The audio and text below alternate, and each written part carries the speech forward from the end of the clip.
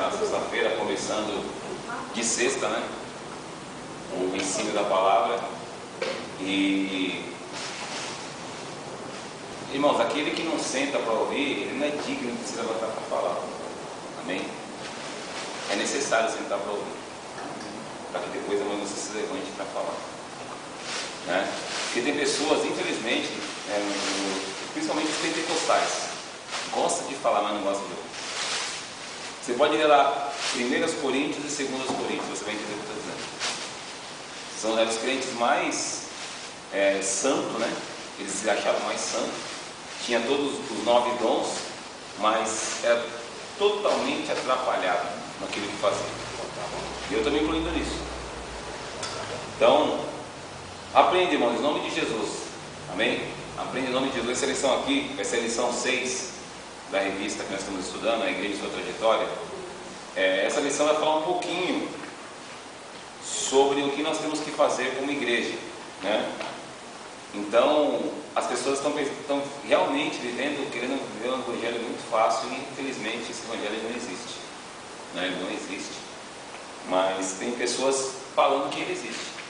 Se a gente não sentar, não aprender, não buscar, não pagar preço, não tem jeito, não tem vitória, não tem como você ter êxito. E eu confesso para os irmãos, eu tenho falado isso até para o pastor Fábio, para o presbítero, que a gente está mais próximo assim lá no serviço, que eu estou muito preocupado com o legado. Estou muito preocupado. O que é legado? Legado é o que a gente vai deixar para o futuro. Estou muito preocupado com a igreja de amanhã. Hoje você não vê pessoas, a gente não vê a própria igreja, né, os adultos preocupados, consequentemente os jovens não vão estar preocupados e consequentemente as crianças não vão estar preocupadas.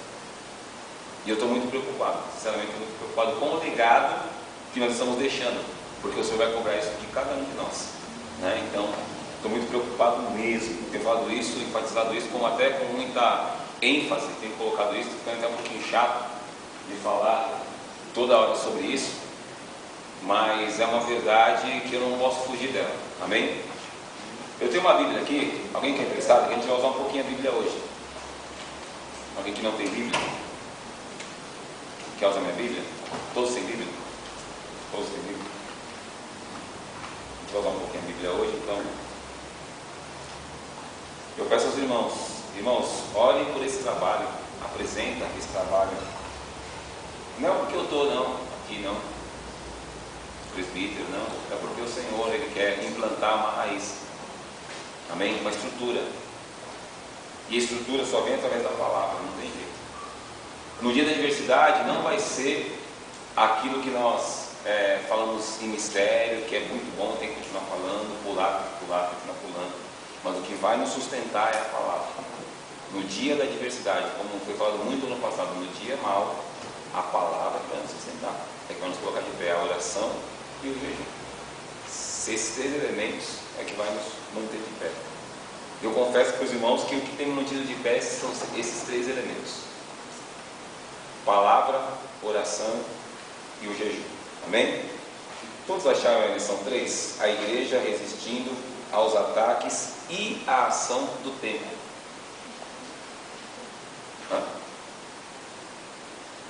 Todas? 6. Lição 6. Quem não tem revista é só isso. Quem não tem revista, irmão, dá para você encostar lá do que tem aí. Muito importante a gente acompanhar. Amém? Lição 6. Achou, pastor? Posso começar?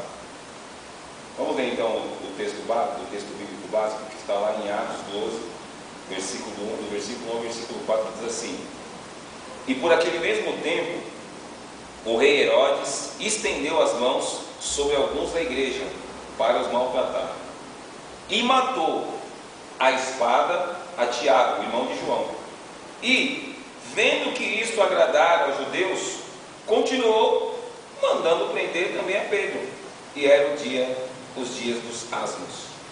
E, havendo-o prendido, o encerrou na prisão, entregando a 4 quaternos de soldados, para que o guardasse, querendo apresentá-lo ao povo depois da Páscoa.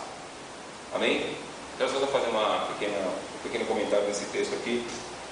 A Bíblia diz, irmãos, que o rei Herodes, ele começou a matar, amém, os servos do Senhor. Começou a perseguição. Ele começou a matar, a fio de espada, diz a Bíblia Sagrada. E ele viu, né, que o negócio estava bom. Falou: então eu vou começar agora a continuar fazendo isso. E a Bíblia diz aqui que Pedro, ele foi preso.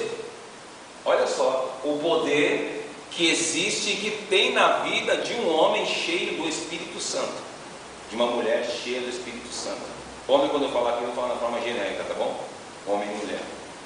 A Bíblia diz aqui que 4 quaternos de soldados, isso significa 16 homens, estavam cuidando só de Pedro, fora as cadeias. Lembra? Quem lembra que a cadeia, que foi falado aqui no nosso estudo, lembra das cadeias lá? Eu falo segunda-feira, aquela bola de ferro. Fora as cadeias que estavam presas ao seu corpo, tinha 16 homens que estavam guardando Pedro na prisão. Você já imaginou a alto conceito de periculosidade que eles tinham em conceito dos cristãos? O poder que eles sabiam, e o mundo sabe, que um cristão cheio do Espírito Santo tem. Para 16 homens, fora as cadeias, estar segurando ele, é que o negócio era muito forte. Então, queridos, eu vejo nesse texto aqui que a perseguição começou. Matou Tiago. Tiago foi morto, né? Herodes foi lá e matou Tiago, que era irmão de João. Mas eu vejo aqui também nesse texto a força da igreja. Eu vejo nesse texto a força que tem a igreja, o poder de Deus na igreja do Senhor, quando verdadeiramente nós estamos cheios do seu Espírito Santo. Amém? E a Bíblia diz que aquele dia era dia de Páscoa dos Árvores, era o dia da Páscoa. Amém? E diz assim que ele foi encerrado na prisão por 16 soldados para que o guardassem. E era o dia da Páscoa. Continuando, Atos 14, versículo 1, 2, 4 e 6. E aconteceu que em Icônio entraram juntos. Esses juntos aí quer dizer Paulo e Barnabé. Amém? Na sinagoga dos judeus, e falaram de tal modo que creu uma grande multidão, não só de judeus, mas de gregos. Mas os judeus incrédulos incitaram e irritaram contra os irmãos, os anônimos dos gentios, e dividiu-se a multidão da cidade. Uns eram pelos judeus e outros pelos apóstolos. E havendo um motim, tanto dos judeus como dos gentios, como seus principais, para os insultarem e apedrejarem, sabendo eles, fugiram para Listra e Derbe, cidades de Licaônia, e para a província circunvizinha. Amém? A Bíblia diz que Paulo e Barnabé foram juntos na sinagoga. Sinagoga na igreja judaica, né? E eles falaram com tanta autoridade, olha só, eles falaram com tanta autoridade que a multidão creu, não só a multidão dos judeus, mas dos gregos. Eles creram na palavra do Senhor. Vocês já imaginaram a tamanha era a eloquência, a unção que estava sobre a vida desses homens? Eram os homens comuns, como eu e você, de carne, osso, 2 olhos, uma boca, um nariz, 2 ouvidos, mesma coisa, 10 dedos assim em cada mão, os pés, mesma coisa. A diferença era a atuação do Espírito Santo na vida desses homens. Irmãos, para você convencer um grego a se converter é complicado, muito difícil. Um judeu ortodoxo, para quem não sabe, é aquele judeu que ele é fiel à raiz do judaísmo, aquele que se veste, que tem aquelas trancinhas, que faz tudo. Não vou explicar porque não vai dar. O judeu ortodoxo é aquele judeu mesmo que como eu falo, posso dizer, ele é desde o tutano judeu, é o ortodoxo. Porque você vai ver algumas classes de judeus, tem o ortodoxo, o não ortodoxo, mas você convencer um judeu ortodoxo que Jesus Cristo é o Rei dos Reis, irmão, é só o Espírito Santo, não tem outra pessoa. Amém? E a Bíblia diz aqui que os judeus que eram incrédulos ficaram irritados e incitaram uma grande perseguição contra os irmãos. E chegou um momento que eles tiveram que sair dali e ir para Listra e Derbe, que são cidades ali vizinhas, e foram para lá. Mas, preste atenção, nós estamos estudando que a igreja, ela resiste aos ataques e à ação do tempo. Amém?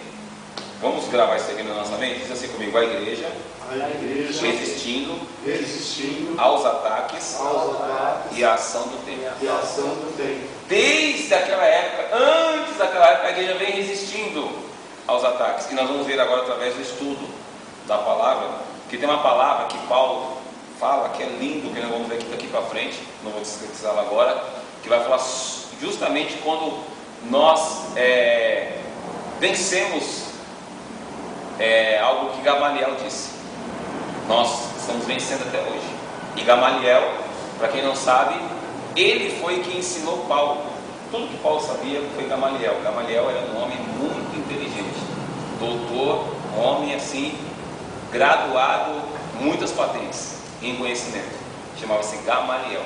E a Bíblia diz que Paulo aprendeu aos pés de Gamaliel. Amém? Texto áureo. Porque não me envergonho do Evangelho de Cristo. Isso aqui quem disse foi Paulo. Pois é poder de Deus para a salvação de todo aquele que crê. Está lá em Romanos, capítulo 1, versículo 16, parte A. Amém? Eu queria ler aqui as recomendações úteis. Acho que na revista do aluno não tem isso. Eu vou ler. Tem aí na do aluno? Recomendações úteis? Não, né? Eu vou ler aqui. A lição a ser estudada aborda fatos que aconteceram no princípio da vida da igreja. Homens de fé e de coragem sofreram por defenderem e anunciarem a mensagem do Evangelho. E muitos até foram mortos por amor de Cristo. Certamente o Senhor Jesus espera a mesma disposição e o mesmo propósito dos crentes da atualidade. É certo que as adversidades não são as mesmas, porém a guerra de Satanás contra a igreja continua a mesma. Ele não desiste de tentar destruir o homem, porque este é amado de Deus. Querido, guarda isso para a tua vida. Satanás, o nosso adversário, ele não vai desistir até querer nos destruir. E ele vai usar todos os meios possíveis, cabíveis, legais e ilegais, para querer nos tirar da presença do Senhor, mesmo dentro da igreja. Amém? Dentro da igreja, fora da igreja, qualquer situação que permita a ele te tirar, te esfriar e fazer com que você abandone Cristo, ele vai fazer. Não se esqueça que o próprio Jesus disse: porventura, quando o Filho do Homem vier, ele vai achar fé na terra? Daí a importância de nós conhecermos quem é o Senhor, ao Deus a qual nós estamos servindo. Comentário, palavra introdutória. A igreja de Cristo na terra está sob constante ataque de Satanás. Presta atenção, está sob constante. Tudo que é constante, ele não para, ele é constante. Seja pela perseguição, seja pela semeadura de doutrinas, de ensinamentos e comportamentos maléficos em nosso meio. Ele está sempre lutando contra o povo de Deus. Se a gente não tiver esse princípio, olha só que coisa que eu vou falar aqui, séria. Se a gente não tiver esse princípio, que Satanás, ele está 24 por 36 e por 72 horas nos perseguindo, querendo nos destruir, a gente está dando muita brecha para que isso aconteça num espaço de tempo muito rápido. E como é que ele vai destruindo a igreja hoje? Bispo Alexandre. Como é que ele vai destruindo hoje? Ele vai minando. Alguém aqui já viu o queijo suíço? Levanta a mão, que eu quero saber. Como é que é o queijo suíço? Cheio de buracos, fissuras, rachaduras. O diabo ele vai pegando, ele vai minando. Ele vai entrando, ele vai minando. Ele vai fazendo um buraco. Se você pegar uma coluna e fizer um buraco nela aqui, aí você faz um buraco nela ali, aí você faz um buraco nela lá, daqui a pouco ela vai cair.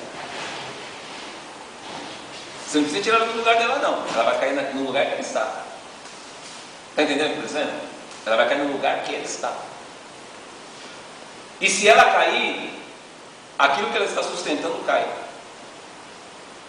Aonde está sendo minada alguma área da nossa vida, qual nós precisamos aí passar o reboque do Espírito Santo, para que verdadeiramente enchemos, do concreto da armadura de Deus, para que nós não venhamos ser surpreendidos pela ação do inimigo. A igreja está sendo minada em várias áreas. Uma delas é essa, no ensino. Quantos hoje não querem aprender mais? Eu quero falar, aprender eu não quero. Eu gosto de falar, mas eu não gosto de ouvir. Quantos não têm mais o desejo de oração? Quantos perderam o desejo de adorar a Deus, de louvar, de engrandecer, de fazer o seu melhor para o Senhor? E o inimigo vai minando. Daqui a pouco vai perdendo até mesmo o desejo de vir à casa do Senhor. E quando esse desejo for embora, aí Satanás vai falar: opa, já estou conseguindo o meu objetivo. E a gente sempre vai colocar culpa em alguma coisa, viu? Nunca se esqueça. Sempre iremos colocar culpa em alguma coisa. Isso é da nossa índole, do ser humano. Colocar algum motivo que nos separa do amor de Cristo. Mas a Bíblia diz lá em Romanos capítulo 8, versículo de número 35 a seguir, que nada nos separa do amor de Cristo. Nada. Então nós estamos sob constante ataque do inimigo, constante. E as pessoas não estão entendendo que constante. O que é uma pessoa constante? É uma pessoa que ela está caminhando, ela não para. Ela não é inconstante. Ela não volta. Ela está caminhando, ela está andando. É constante, constante, constante. Sempre constante. E a Bíblia nos ensina a sermos sempre constantes. Mesmo que passamos por momentos de dificuldade, por momentos de luta, de adversidade, temos que sempre ser constantes. Amém? Uma pergunta? Ninguém? Vou ler uma parte aqui que está na minha Bíblia, na minha revista, não está na sua não. Mas a igreja, pelo poder do Espírito, tem sobrevivido a todos esses ataques, preservado os princípios cristãos estabelecidos nas Escrituras. Só iremos conseguir vencer se preservarmos os princípios cristãos que está escrito na palavra de Deus. Contra a palavra, ou contra a verdade da palavra, só a verdade, nada mais que a verdade. Amém? Primeiro ponto, resistindo aos ataques. A igreja de Cristo vive em guerra constante com o reino das trevas. Toda a oposição que ela recebe tem o seu início nas sombrias regiões espirituais dominadas pelo maligno. Vocês lembram de Efésios capítulo 6, versículo 10? Que não temos que lutar contra a carne e contra o sangue? Que toda a ação do inimigo não começa aqui, começa lá, nas regiões celestiais. Lembra? É o que nós estamos aqui vendo através da palavra do Senhor. Satanás ataca a igreja utilizando de duas estratégias básicas. A Bíblia diz que, esse estudo diz que são básicas. Presta atenção, básico é coisa pequena. É coisa que dá para você ali ficar só baseado, básico. Uma cesta básica, coisa básica, simples. A perseguição declarada é uma e o ataque dissimulado é outro. No primeiro caso, que é a perseguição declarada, ele tenta anular a obra de Deus pela força. No segundo caso, que é o ataque dissimulado, infiltra ideias e comportamentos que ferem os princípios bíblicos para enfraquecer as defesas do povo de Deus. Já viu aquelas pessoas que entram na igreja, elas se acostumam com a igreja, ela ganha a confiança dos líderes da igreja e ela começa a implantar heresia? Como é que eu sei que uma pessoa está implantando heresia? Alguém sabe me responder? Por favor, me ajudar aqui no estudo, para a gente fazer um estudo mais dinâmico, vocês só não ouvir, mas falar um pouquinho. Não tem problema encerrar, a gente está aqui para aprender uns com os outros. Alguém sabe me responder? Como é que você sabe que o que a pessoa está falando é uma heresia? Alguém sabe me responder? Tudo que vai contra os princípios da Bíblia já é uma heresia, né? Primeiro ponto. Primeiro ponto, né? Ótimo. Mais alguma coisa? Alguém sabe me responder? Se eu e você, presta atenção, se eu e você não tivermos o conhecimento pleno desse manual, a Bíblia diz que nós iremos ser levados por qualquer vento de doutrina, ou seja, qualquer vento de ensino. E se eu não tiver o conhecimento pleno e eu achar que aquilo é uma verdade, sendo uma heresia, é porque eu não conheço a palavra. E como é que eu conheço a palavra? Alguém vai responder também? Não? Ninguém vai responder não? Lendo. Ótimo. Outro ponto. Olha, irmãos, está bem claro esse outro ponto. Ensinamento. Sentando para ouvir. Então, é o mesmo caso que a irmã Patrícia falou. Ler, meditar. Então, queridos, não tem outra alternativa. Se eu não ler o manual, como é que eu vou saber a dificuldade do produto? Como é que você tem que um pastor que pula, que Deus revela, que Deus usa, um líder, não está falando uma heresia, se eu não conheço a palavra? Se eu não sei? Só pelo título da pessoa? É isso?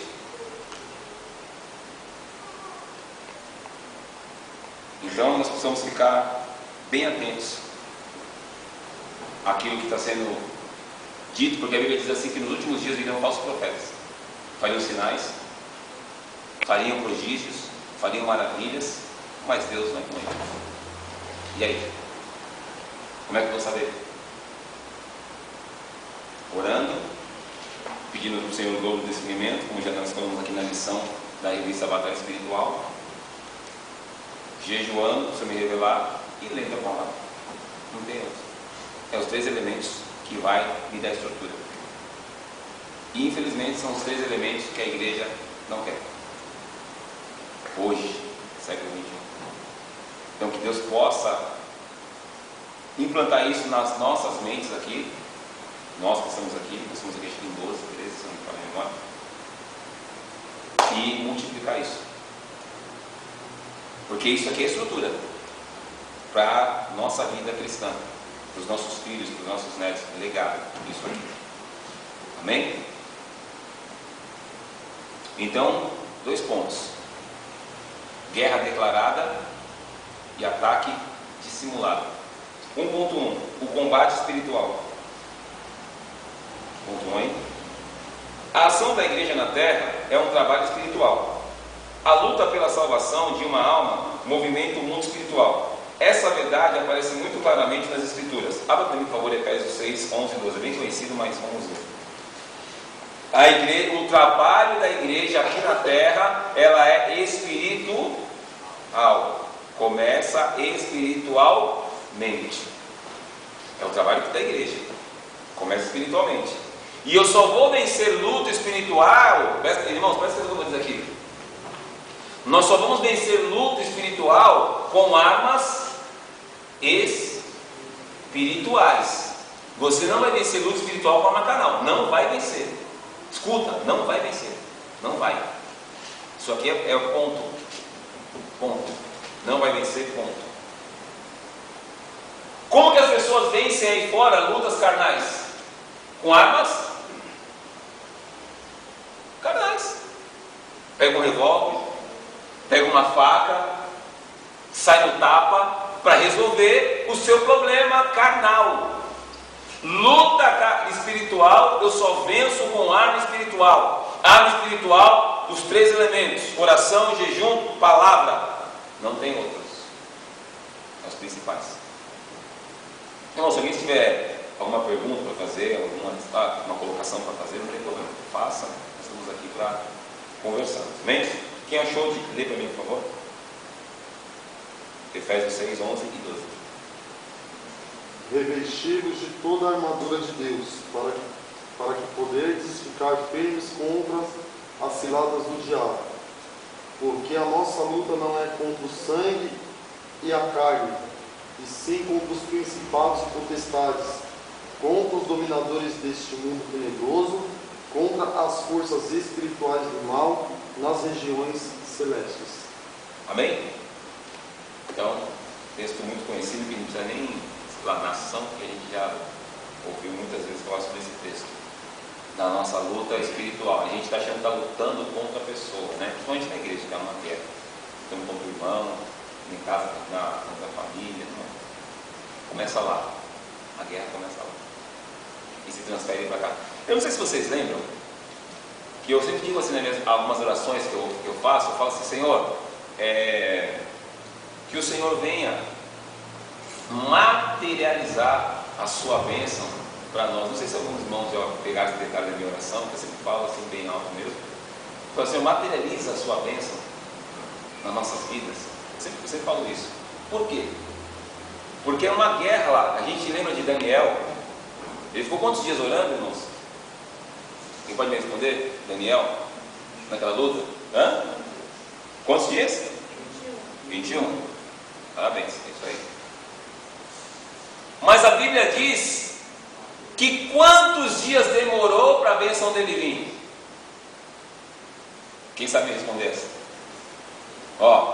Quantos dias depois que Daniel começou a orar, demorou para vir a bênção dele? Mesmo dia.